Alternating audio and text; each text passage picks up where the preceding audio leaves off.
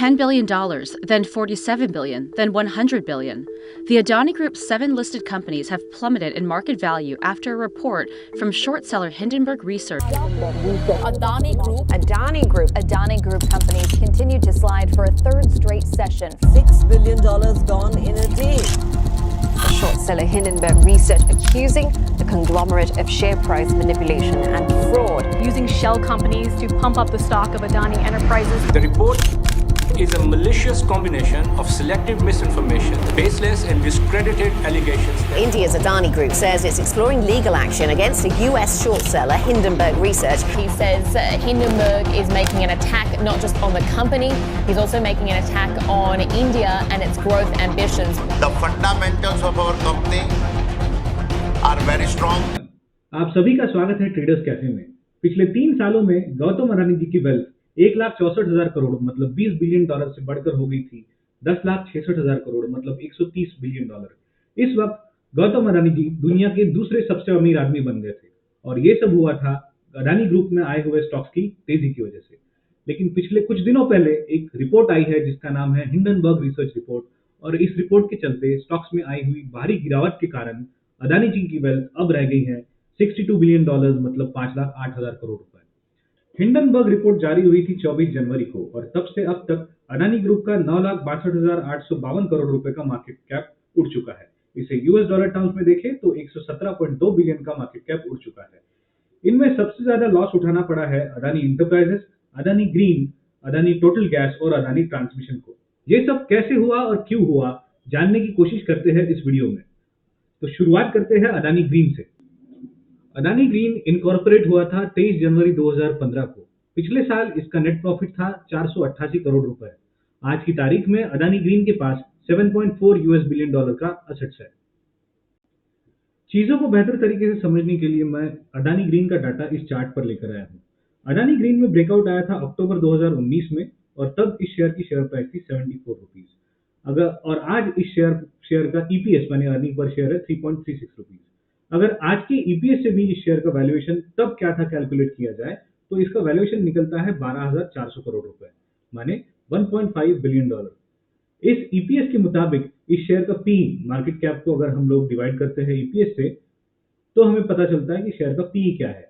तो पी है 22, मतलब अडानी ग्रीन को अगर ₹3.30 ₹3.36 जो ईपीएस है उसके मुताबिक शेयर की प्राइस मतलब 74 रुपीज कमाने में 22 साल लग जाएंगे। शेयर में ब्रेकआउट आने के बाद 74 रुपीज के ब्रेकआउट को भगाया गया है 3,050 रुपए तक।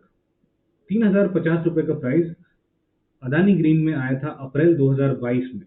तब इस शेयर का वैल्यूएशन निकल रहा था 4,80,000 करोड़ रुपए मतलब $58 बिलियन। आप सोचिए जिस शेयर का असेट साइज आज की तारीख में $7.8 बिलियन है, इसका वैल्यूएशन 10 गुना से भी ज्यादा $58 बिलियन हो गया था। और उस समय इस शेयर का पी मतलब प्राइस अर्निंग मल्टीपल था 907। मतलब अगर ₹3.30 का इसका ईपीएस है तो इसको 900 साल लग जाएंगे 3,050 रुपए कमाने में। इसी का मतलब होता है कि ये शेयर हाईली ओवरप्राइस्ड था। इस शेयर में बाद में करेक्शन भी आया था। एक बार जब करेक्शन आया तो ये 1650 हुआ था, बाउंस करके ये शेयर फिर से 2500 गया था। जब हिंडनबर्ग की रिपोर्ट आई तब ये शेयर 24 जनवरी को चल रहा था 1916 रुपए। तब भी इसका वैल्यूएशन 3,03,500 करोड़ रुपए था मतलब $37 बिलियन था। और पीई इसका पीई था 570 मतलब ₹3.36 के ईपीएस के हिसाब से इसको 570 साल लगेंगे 1900 रुपए कमाने के लिए। रिपोर्ट के आने के बाद ये शेयर औंधे मुंह गिरा है और सिर्फ 5 दिनों में 3,30,000 करोड़ रुपए का वैल्यूएशन अब इस शेयर का हो गया 1,48,000 करोड़ माने कि $18 बिलियन। आज भी ये शेयर 278 की पीई पे ट्रेड कर रहा है जिसकी क्लोजिंग प्राइस थी 335 रुपए। 278 का पीई इसका मतलब होता है कि 278 साल आज भी लगेंगे इसको 935 रुपए कमाने में ₹3.36 की ईपीएस के मुताबिक। पी रेशियो के बारे में हमारे पूर्व सेबी के चेयरमैन क्या कहते हैं वो देखते हैं। If you look at our Sensex or Nifty is trading at a price earning multiple of maybe around 20 or 21 right now. And here are some of the companies which were trading, can you believe it, 850 times. अभी आपने देखा कि हमारे सेबी के पूर्व chairman कह रहे थे कि मार्केट का एवरेज पी, सेंसेक्स निफ्टी का पी 21-22 के आसपास है। उस हिसाब से 850 का पी जो उन्होंने बताया और 900 का पी जो अदानी ग्रीन का अभी चल रहा है, ये अनसस्टेनेबल है। ऐसा नहीं है कि मार्केट में ज्यादा पी वाले शेयर्स नहीं होते। सन फार्मा जो मार्केट की एक दिग्गज कंपनी है, इनका पी चल रहा है 58। एक दूसरी कंपनी एवेन्यू सुपरमार्ट जिसे हम डीमार्ट के नाम से जानते हैं, उनका पी चल रहा है 95। और एक दिग्गज कंपनी मार्केट की एमआरएफ टायर्स, इनका पी चल रहा है 69। इस हिसाब से ये तो समझा जा सकता है कि मार्केट में महंगे शेयर्स यानी महंगे पी वाले शेयर्स होते हैं, लेकिन 60-70 का पी और 900 के पी में जमीन आसमान का फर्क है। दोस्तों, अगर आप पता करेंगे कि 1 मेगावाट का सोलर पावर प्लांट लगाने को खर्चा कितना आता है, तो गूगल आपको इजीली बता देगा कि 4 से 5 करोड़ रुपए में 1 मेगावाट का सोलर पावर प्लांट लग सकता है। तो अगर हम पता करें कि अदानी ग्रीन की सोलर पावर कैपेसिटी कितनी है, तो गूगल ही बता देगा कि 1440 मेगावाट है। ये अदानी ने अपनी वेबसाइट पे भी बताया हुआ है कि उनकी कैपेसिटी है 1440 मेगावाट। तो अगर एक सिंपल सा कैलकुलेशन कर ले कि 1440 मेगावाट बनाने को अदानी ने कितना पैसा लगाया होगा, 5 करोड़ से भी कैलकुलेट कर ले तो हमें आंसर मिलता है 7200 करोड़ रुपए।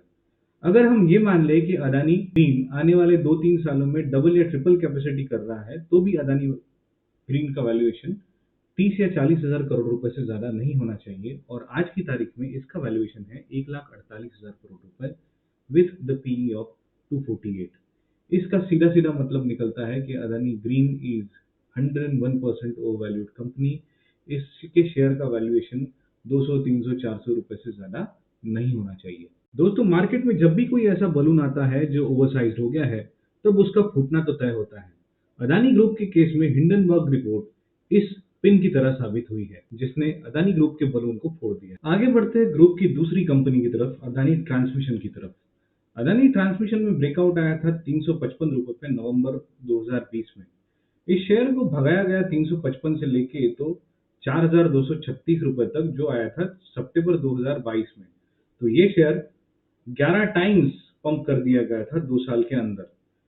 तो जिस शेयर का वैल्यूएशन था 48,000 करोड़ रुपए, मतलब 5.88 बिलियन डॉलर, और पी था 44, उसको पंप करा के ले जाया गया 4,42,600 करोड़ रुपए, मतलब 57 बिलियन डॉलर के वैल्यूएशन। इस वक्त इस शेयर का पी था 480, मतलब 7 रुपए 97 पैसे के ईपीएस के हिसाब से इस शेयर को लग जाएंगे 480 साल अपनी प्राइस, मतलब 4,236 रुपए कमाने के लिए। जिस वक्त हिंडनबर्ग की रिपोर्ट आई, तब ये शेयर ऑलरेडी थोड़ा सा करेक्ट हो चुका था और 24 जनवरी 2023 को इसका शेयर प्राइस था 2800 रुपए के आसपास। तब भी इसका वैल्यूएशन था 3,80,000 करोड़ रुपए और पी था 351, मतलब 350 साल उसको तब भी लग जाते 7 रुपए 97 पैसे की वैल्यूएशन से। आज मैं जब ये वीडियो बना रहा हूँ, तब पिछली वीक 3 फरवरी 2023 को इसका क्लोजिंग प्राइस था 2396 रुपए और मार्केट वैल्यूएशन था 1,90,000 करोड़ रुपए, मतलब 23 बिलियन डॉलर। अब भी इसका पी 175 है, मतलब अभी भी इसको 175 साल लगेंगे अपनी प्राइस कमाने के लिए।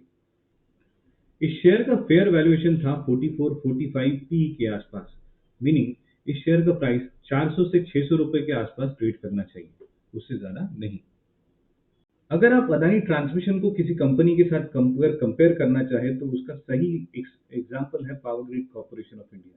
पावर ग्रिड वही काम करती है जो अदानी ट्रांसमिशन करती है, मतलब इलेक्ट्रिसिटी ट्रांसमिशन का काम करती है। इस कंपनी का वैल्यूएशन है 1,49,000 करोड़, 1,50,000 करोड़ के आसपास। ये कंपनी ट्रेड कर रही है at the P of around 10। इसका ईपीएस है 22 रुपए। अगर आप इस कंपनी के फाइनेंशियल्स देखें तो आपको पता चलेगा कि पिछले साल पावर ग्रिड कॉर्पोरेशन ने 16,715 करोड़ रुपए का नेट प्रॉफिट कमाया था। वहीं पे अदानी ट्रांसमिशन ट्रेड कर रहा है 1,55,000 करोड़ के वैल्यूएशन पे करेक्शन के बाद, जबकि इसका वैल्यूएशन हम देख चुके हैं कि जा चुका था लगभग 4,72,000 करोड़ रुपए पे, अब जाके ये कम हुआ है। और अगर इसके फाइनेंशियल्स देखें तो अदानी ट्रांसमिशन ने पिछले साल 1,200 करोड़ रुपए कमाए थे और वही पावर ग्रिड कॉर्पोरेशन ने इसके 10 गुना से भी ज्यादा 16,000 करोड़ रुपए कमाए थे। तो क्यों इन कंपनियों का वैल्यूएशन इतना ज्यादा और प्राइस इतना ज्यादा चढ़ा के रखा है, ये तो भगवान मालिक वही बता सकता है। बढ़ते हैं अगली कंपनी की ओर, जिसका नाम है Adani total gas. Adani total gas में नवंबर 2020 को ब्रेकआउट आया था और उसका प्राइस तब चल रहा था 215 रुपए। उस 215 के प्राइस पे इस कंपनी का पीई था 58.82। अब यहां से इस शेयर को 18 टाइम्स पंप किया गया और पीक पे इसका वैल्यूएशन था 4000 रुपए। जब हिंडनबर्ग की रिपोर्ट आई तब ये शेयर 4000 रुपए पे ट्रेड कर रहा था और इसका वैल्यूएशन 4,39,000 करोड़ रुपए था और डॉलर टर्म्स में ये आता है $53.50 बिलियन। अब उस वक्त इसका पी रेशियो माने प्राइस अर्निंग रेशियो चल रहा था 846। मतलब इस कंपनी के ईपीएस है 4 रुपए 60 पैसे के आसपास और इसी कंपनी को खुद का प्राइस कमाने के लिए मतलब 4000 रुपए कमाने के लिए लग जाएंगे 846 साल। अब ये ओवर वैल्यूड नहीं है तो और क्या है। हिंडनबर्ग रिपोर्ट के बाद ये शेयर भी औंधे मुंह गिरा है और इस शेयर की प्राइस 4000 रुपए से गिरकर अब हो गई है 1541 रुपए। मतलब 50% से ज्यादा ड्रॉप इस शेयर में भी आ चुका है।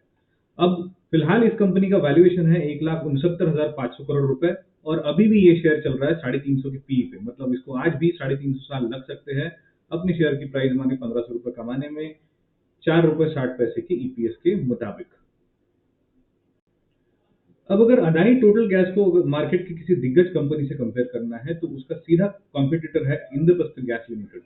आईजीएल अभी ट्रेड कर रहा है लगभग 423 रुपए पे और ये शेयर ट्रेड कर रहा है 17 के पीई पर। इसका मार्केट कैपिटल है 29,600 करोड़ रुपए।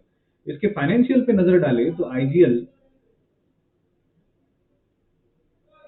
1200 करोड़ रुपए का प्रॉफिट कमा चुका है पिछले साल और इसका टोटल इनकम है 7,800 करोड़। वही अगर आप अदानी टोटल गैस पे नजर डालें तो ये आज की क्लोजिंग 1541 पे ट्रेड कर रहा है। इसका पीई है 334 जो आईजीएल के मुकाबले कई ज्यादा है। कई मतलब ये शेयर बहुत ज्यादा महंगा है और इसके फाइनेंशियल पे अगर नजर डाले तो इसका प्रॉफिट। तो अब इस एक्सप्लेनेशन से आप समझ गए होंगे कि Adani total gas ATGL IGL से बहुत ज्यादा महंगा शेयर है। लगभग उसके 5 गुना वैल्यूएशन पे ट्रेड कर रहा है और ये शेयर भी महंगा होने के कारण इसमें करेक्शन ड्यू था जो अभी आ रहा है। इसमें फंसा कौन? तो रिटेल इन्वेस्टर जिसने इन महंगे वैल्यूएशन पे इस शेयर को खरीदा था। तो दोस्तों अब हम मूव करते हैं अदानी ग्रुप की फ्लैगशिप कंपनी अदानी इंटरप्राइजेस की ओर जो अदानी ग्रुप की एक होल्डिंग कंपनी है। इसका चार्ट अदानी टोटल गैस की तरह ही है। जैसे अदानी टोटल गैस का चार्ट था कुछ इसी तरह का चार्ट अदानी इंटरप्राइजेस का भी है। इस शेयर में ब्रेकआउट आया था अगस्त 2020 में। तब इसकी शेयर प्राइस चल रही थी 256 और वैल्यूएशन था 29,000 करोड़ रुपए। अब इस शेयर को भी पंप करा के 18 टाइम शूट किया गया और ये पीक हुआ था 4190 रुपए पे। इस वक्त इस कंपनी का वैल्यूएशन आप देख सकते हैं 30,000-29,000 करोड़ रुपए से बढ़कर सीधा 4,77,000 करोड़ रुपए हो गया था। इसको पी टर्म्स में देखें तो 38 के पी वाला शेयर सीधा चला गया था 442 के पी तक। अब जब हिंडनबर्ग की रिपोर्ट आई तब ये शेयर ट्रेड कर रहा था 3400 रुपए के आसपास और वहां से गिरकर ये अब चल रहा है 1572। मतलब ये शेयर भी आधे से भी कम हो चुका है। इस शेयर की ट्रेजेडी ये रही कि इसका एक एफपीओ यानी फॉलो ऑन पब्लिक ऑफर आ रहा था जो आ रहा था 3200 रुपए के आसपास। जिस दिन हिंडनबर्ग की रिपोर्ट आई तब ये शेयर ऑलरेडी 3200 रुपए से नीचे चला गया था और उसके अगले ही दिन ये शेयर 2000 रुपए चला गया था।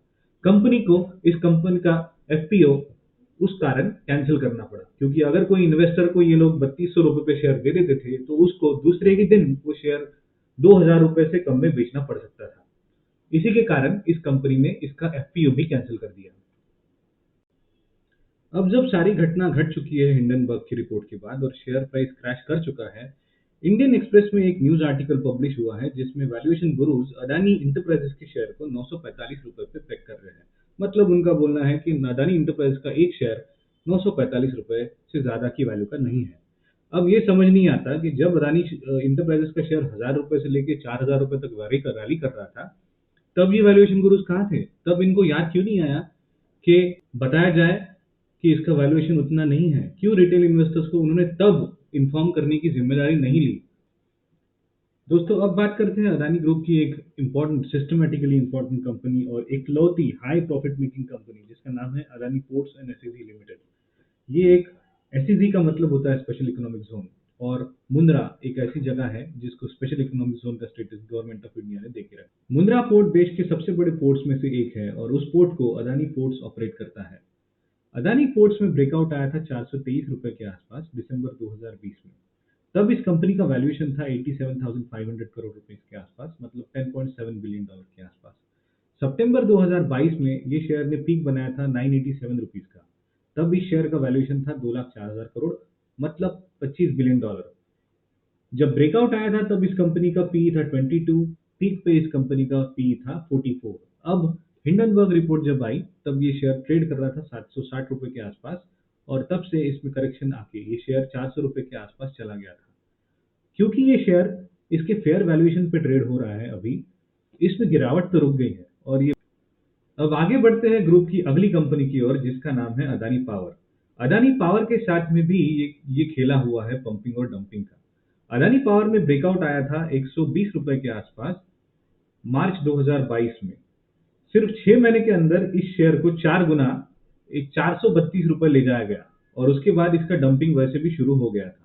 हिंडनबर्ग की रिपोर्ट जिस दिन आई उस दिन इस शेयर का प्राइस था 275, और तब से इस शेयर को लोअर सर्किट लग के अब ये शेयर 174 रुपए पे आ गया है। इसका फेयर वैल्यूएशन लगभग टाटा पावर जितना ही है। अगर इसको कंपेयर करना है तो इंडस्ट्री की दिग्गज टाटा पावर के साथ इसका कंपैरिजन किया जा सकता है। आप देख सकते हैं कि अदानी पावर की टोटल कैपेसिटी है 13,650 मेगावाट और टाटा पावर की टोटल कैपेसिटी है 14,000 मेगावाट। आज की तारीख में अदानी पावर ट्रेड कर रहा है 66,900 करोड़ रुपए के आसपास, और अभी इसका पी 6.50 के आसपास है तब, और टाटा पावर का पी 21 के आसपास है। टाटा पावर का वैल्यूएशन फिलहाल 65,000 करोड़ के आसपास है। तो अदानी पावर जब 400 रुपए हो गया था तो ये भी बेचारा अपने वैल्यूएशन से 4 गुना ट्रेड कर रहा था। अभी इसका वैल्यूएशन है 60,000 करोड़, और तब इसका वैल्यूएशन हो गया था 2,40,000 करोड़ रुपए के आसपास। दोस्तों, अब आपको बताता हूँ एक फन फैक्ट। अदानी जी की ही और एक कंपनी है अदानी ग्रीन, जिसके बारे में हमने थोड़ी देर पहले वीडियो में देखा था। अभी करंटली मार्केट चालू है और इस कंपनी ने और एक लोअर सर्किट लगा लिया है, और इसका वैल्यूएशन है 1,34,000 करोड़ रुपए, जो अभी भी 252 के पीई पे ट्रेड कर रहा है। इंटरेस्टिंग फैक्ट ये है कि अदानी ग्रीन की कैपेसिटी है 1400 मेगावाट, और अभी इसका वैल्यूएशन चल रहा है 1,34,000 करोड़ रुपए। अब बात अगर करें अदानी पावर की, तो अदानी पावर इसके 10 गुना इलेक्ट्रिसिटी बनाता है, लगभग 13,650, मतलब 14,000 मेगावाट के आसपास, और इस कंपनी का वैल्यूएशन है 66,000 करोड़ रुपए, जो टाटा पावर के वैल्यूएशन के करीब है।